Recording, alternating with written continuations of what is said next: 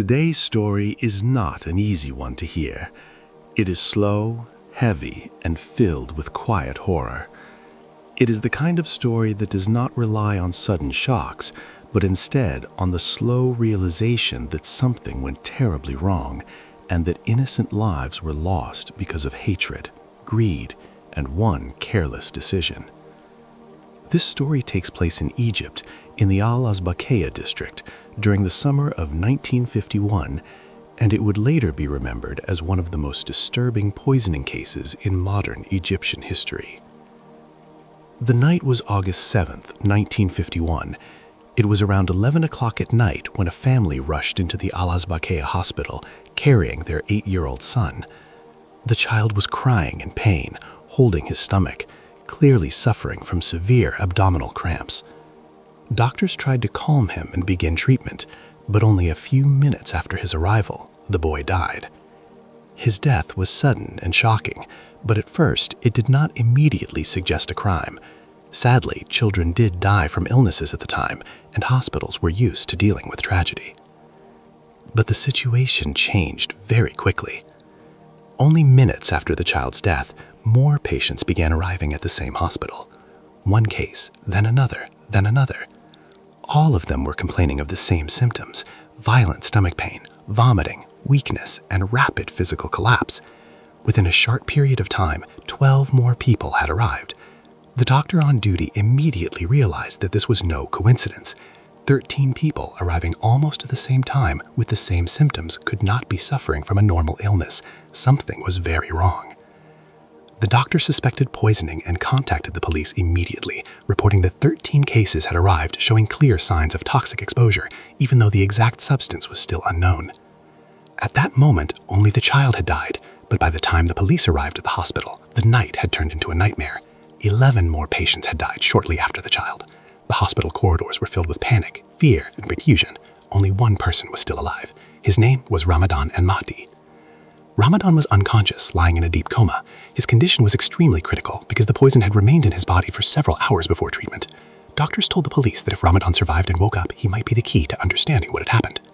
As investigators began their work, another disturbing fact became clear. The victims had nothing obvious in common. They were not all from the same family. They did not all know each other. Their ages varied widely. Among the dead were children, young adults, and elderly people. There was no single profession, no shared event, no clear connection that could explain why they all suffered the same fate at the same time. The years spread through Al-Azbakeya very quickly. People were afraid to drink water, afraid to eat food bought from shops, afraid that the poisoning might still be ongoing. No one knew where the danger had come from or whether it might strike again.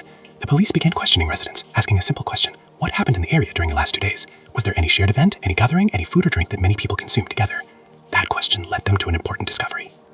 Why would Abdelaziz poison people who came to celebrate with him? And if the sherbet was poisoned, why didn't everyone who drank it? When the police examined the list of victims more closely, one name immediately stood out: Ramadan al-Mahdi. Ramadan was not just another neighbor. He was a grocery store owner as well, and he was Abdelaziz's strongest competitor. The two men had a long history of hostility. Their conflict was well known in the area. This led investigators to suspect that Abdelaziz may have intended to poison Ramadan and that the others were unintended victims.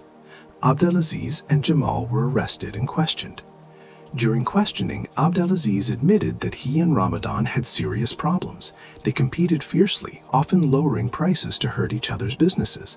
But he insisted that he would never harm someone who came to congratulate him.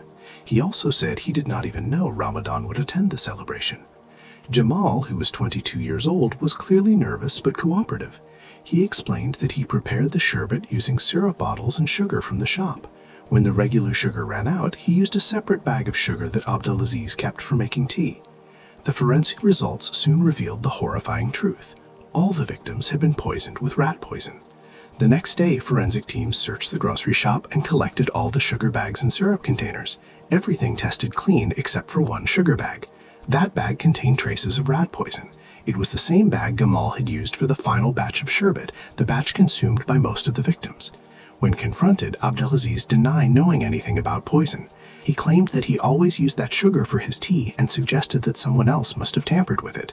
Suspicion briefly fell on Gamal, but there was no logical reason for him to poison random people. Meanwhile, Ramadan remained in a coma. As police continued investigating, they uncovered the deeper history connecting Abdelaziz, Ramadan, and Ramadan's younger brother, Saeed. Years earlier, the three men had been close friends. Ramadan had originally suggested opening a grocery shop, an idea Abdelaziz later used. Their friendship was destroyed by jealousy, competition, and a woman who Abdelaziz eventually married, even though Saeed loved her. Ramadan never forgave Abdelaziz. Saeed, however, eventually reconciled with him. When Ramadan finally woke up, police questioned him in the hospital. His testimony was emotional and confused. Doctors warned that his memory might be unreliable due to the coma. Ramadan admitted that he hated Abdelaziz and believed Abdelaziz had tried to kill him. Attention then shifted to Fayez, an 18-year-old boy who worked for Ramadan and often visited Abdelaziz's shop. Under pressure, Fayez confessed that he had placed rat poison in a sugar bag. At first, he claimed Ramadan ordered him to do it to ruin Abdelaziz's reputation, not to kill anyone. Later, after the case was reopened, Fayez changed his story completely. This time, he confessed that Abdelaziz was the true mastermind.